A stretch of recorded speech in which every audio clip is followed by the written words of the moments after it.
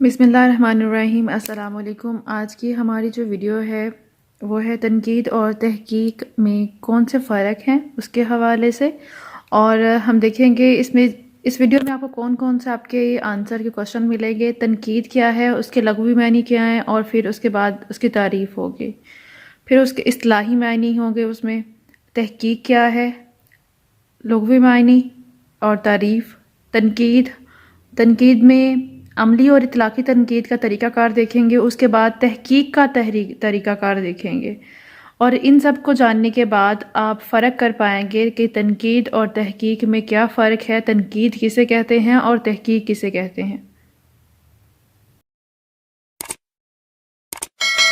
تنقید کیا ہے؟ لفظ تنقید عربی زبان کے لفظ نقد سے اخذ کیا گیا ہے۔ جانچ پرکھ، تفاوت اور کھرے کھوٹے میں تمیز وغیرہ اس کے لغوی معنی ہے۔ اصطلاحی یا ادبی مفہوم کے تحت ہم تنقید اس فن کو کہیں گے جس کے ذریعے کسی فنکار، ادیب یا شاعر کی تخلیق، کاوش یا فن پارے کے ممکنہ کامل مطالعہ، تحقیق اور غور و فکر کے بعد اس پر مساوات اور حق و انصاف سے تبصرہ کرتے ہوئے غیر جانبدارانہ رائے دی جائے۔ یعنی تنقید اسے کہتے ہیں کہ جس میں فنکار، ادیب یا شاعر کا جو تخلیق ہے، اس کی کاوش ہے یا کوئی بھی فن پارہ ہے، کوشش کی جاتی ہے کہ مکمل طور پر اس کا مطالعہ کیا جائے، تحقیق کیا جائے، غور و فکر کے بعد مساوات اور حق انصاف سے تبصرہ کرتے ہوئے غیر جانبداری کے ساتھ، کہ یہ اس سے قطع نظر کہ جو بندہ تنقید کر رہا ہے اس کی خود کی پسند کیا ہے اور کیا نہیں، اس کو سائیڈ پہ رکھتے ہوئے رائے دی جائے۔ اس کے ساتھ ساتھ اس کی تشریح، توضیح اور قدر و قیمت کا جائزہ لیتے ہوئے درست و غلط اور اچھے اور برے یا حق و باطل کے درمیان تمیز کر کے قارئین میں بہتر مذاق اجاگر کرنے کی سعی کی جائے۔ یوں دیکھا جائے تو مثالی ادب یا فن تنقید کا مرہون منت ہے۔ یہ جو لائن ہے نا کہ مثالی ادب یا فن تنقید کا مرہون منت ہے، اس کو میں یوں آپ کو بیان کر سکتی ہوں کہ جب کوئی بھی فنکار، ادیب یا شاعر ایک چیز تخلیق کر رہا ہوتا ہے تو وہ اپنی فن پارے کا پہلا ناقد ہوتا ہے۔ ناقد کسے کہتے ہیں؟ جو تنقید کرنے والا ہے۔ تو پہلا تنقید کرنے والا وہ خود ہی اپنے فن پارے کا ہوتا ہے، کیونکہ جب وہ چیز لکھ رہا ہوتا ہے یا بنا رہا ہوتا ہے تو وہ خود سے اپنے مائنڈ میں سوچتا ہے کہ ہاں اس کو کون سی لائن یہاں پہ ہونی چاہیے، کون سے الفاظ کا چناؤ کرنا چاہیے۔ تو تنقید اپنے ہی کام پہ وہ پہلے ہی تنقید کرنا شروع کر دیتا ہے، اور اسی تنقید کی وجہ سے ہی مثالی ادب یا فن پارہ جو ہے وہ معرض وجود میں آتا ہے۔ اس سے آپ اندازہ کر سکتے ہیں کہ تنقید زندگی میں یا کسی فن پارے کے لیے کتنی ضروری ہے، کسی چیز کی بہتری اور اس کو بہتر سے بہتر تر کرنے کے لیے۔ محض تنقید کی اس عام فہم اور سیدھی سادی یا عمومی تعریف کو ہی مد نظر رکھا جائے تو ہم کہہ سکتے ہیں کہ آج تنقید کریٹیسزم کو باقاعدہ ایک فن یا ایک علم شمار کیا جاتا ہے، اور یہ ادبیات میں ایک بڑی قوت یا اہم شعبہ ہے، جبکہ تقریظ، محکمہ، موازنہ، تشریح، تفسیر، تحلیل، تجزیہ، عیب چینی، درجہ بندی وغیرہ اس کے مختلف حصے یا اجزاء ہیں۔ تنقید کے حصے جو ہیں یہ سب اس میں آتے ہیں۔ اب ہم دیکھتے ہیں کہ تحقیق کیا ہے۔ تحقیق عربی زبان کا لفظ ہے جس کا مادہ ہے قاف ہے، جس کے درج ذیل معنی ہے جاننا، پہچاننا، کھرے کھوٹے کی تمیز کرنا، حقیقت کا ادراک کرنا۔ دراصل یہ ایک ایسا طرز عمل ہے جس میں موجودہ مواد کی صحیح یا غلط کو بامسلمات صحیح تاریخی حوالوں کی روشنی میں جانچا اور پرکھا جاتا ہے۔ یعنی کہ آلریڈی کچھ اصول ہوتے ہیں، اس کے مطابق یا اس کی روشنی میں جانچا اور پرکھا جاتا ہے، اسے کیا کہتے ہیں؟ ریسرچ کہتے ہیں۔ انگلش میں تحقیق کو ریسرچ کہا جاتا ہے، جو کہ دو لفظوں کا مجموعہ ہے، ری اور سرچ۔ ری کا مطلب دوبارہ ہوتا ہے، جبکہ سرچ کا مطلب تلاش کرنا۔ یوں موجودہ مواد کی تصحیح اور وضاحت کے لیے کی جانے والی کاوش کو تحقیق یا ریسرچ کا نام دیا جاتا ہے، یعنی حق، حقیقت اور سچائی کی تلاش کا نام تحقیق ہے۔ لہٰذا تحقیق سے مشکلات اور مسائل کا حل تلاش کیا جاتا ہے، اصول و قوانین وضع کیے جاتے ہیں۔ تحقیق سے انسانی علم میں اضافہ ہوتا ہے، نظریات قائم ہوتے ہیں۔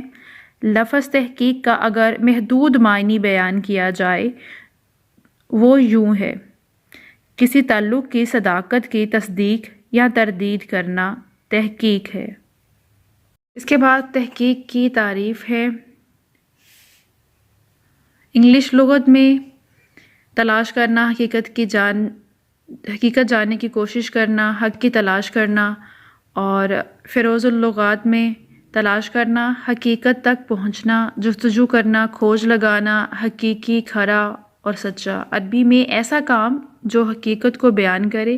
ہندی میں کسی نشانے یا ہدف کو حاصل کرنے کے لیے تعاقب لگانا۔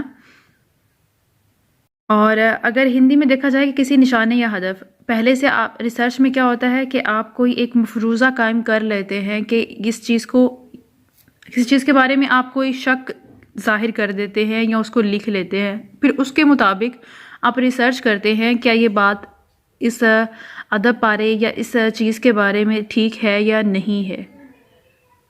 اگر میں قرآنی حوالے کے ساتھ میں کہوں کہ سورہ بقرہ میں آیا ہے کہ جب کوئی تمہارے پاس خبر آئے تو اس کی تحقیق کر لیا کرو، تو حوالہ اس کا میں بھول رہی ہوں، تو اس کے مطابق کیا ہے کہ اگر ہمارے پاس کوئی خبر آئے یا کسی کے بارے میں کوئی چیز خبر آئے، اس پہ یقین کرنے سے پہلے کیا ہے کہ جو خبر آئی ہے اس کے بارے میں تحقیق کر لی جائے کہ ہاں آیا وہ سچ ہے یا نہیں ہے۔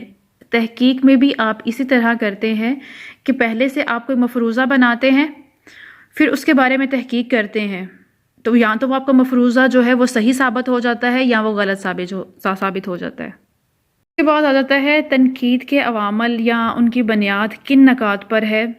تو اس میں آپ کیا کرتے ہیں، یا تنقید کرنے والا ناقد جو ہے اپنے سامنے رکھتا ہے، متن کو سامنے رکھنا ہوتا ہے، اس نے دوسرے فن پاروں سے متعلق متن کا موازنہ کرنا ہوتا ہے کہ اس جو فن پارے ہے یا جو متن جس پہ وہ تنقید کر رہا ہے وہ دوسروں کے ساتھ اس کا موازنہ کرے گا، اس کا تجزیہ کرے گا، تجزیہ کرنے کے بعد مفہوم اخذ کرے گا۔